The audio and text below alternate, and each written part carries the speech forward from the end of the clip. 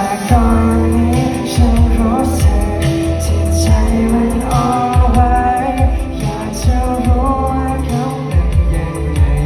กับคำพูดวันนี้เพราะฉันเพิ่งออกรักไปและเขาก็รับฟังทุกอย่างทุกถ้อยคำเหมือนความฝันแต่ฉันเองก็ไม่อาจแน่ใจพรุ่งนี้เรื่องของเราจะสุขหรือแสนเศร้าจึงวอนขอดาวให้ช่วยบอกที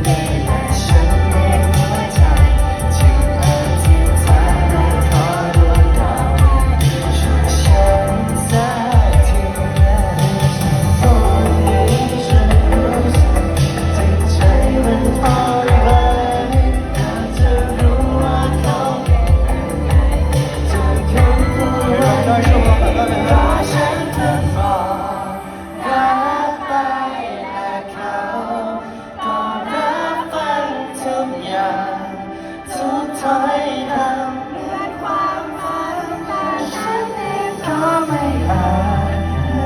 จวันนี้เรื่องของเราจะสุขหรือแสนเศร้าจึงวอนขอดาวให้ช่วยบอกที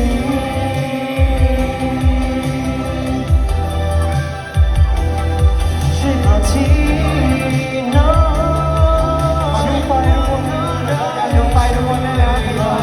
See